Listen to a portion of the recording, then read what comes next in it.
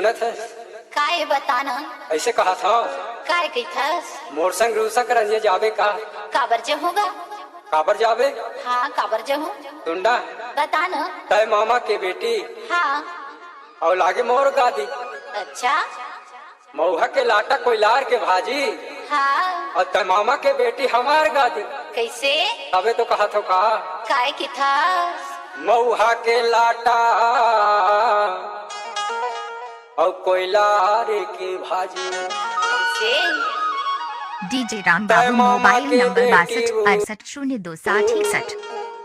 और लागे हमारे गादी मऊहा के लाटा कोयलार के भाजी मामा के बेटी हमारे गादी मऊहा के लाटा कोयलार के भाजी मामा के बेटी हमारे गादी ले जाऊं भगा के ना तोला मैं रूसा कर दियारी ले जाऊं भगा के ना तोला मैं रूसा कर दियारी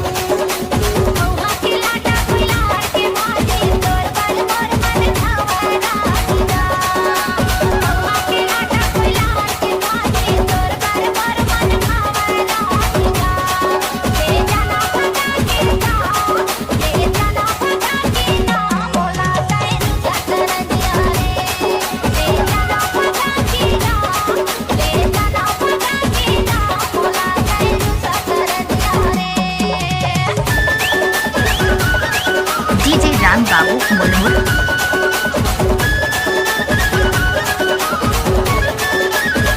डीजे राम बाबू मुरमुर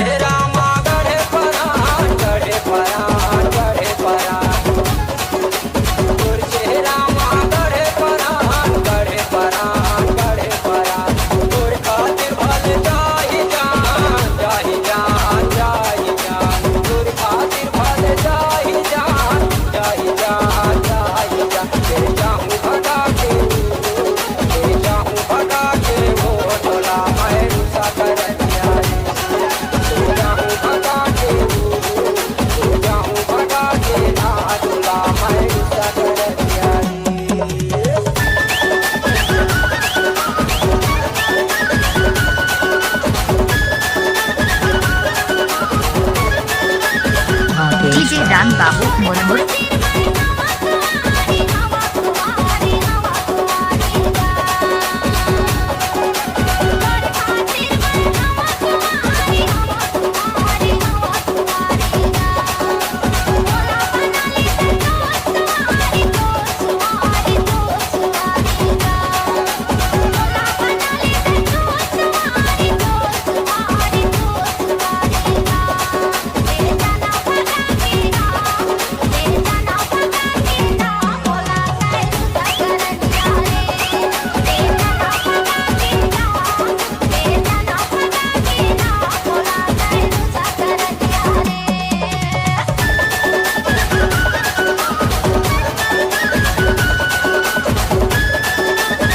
डीजे राम बाबू मुरमुर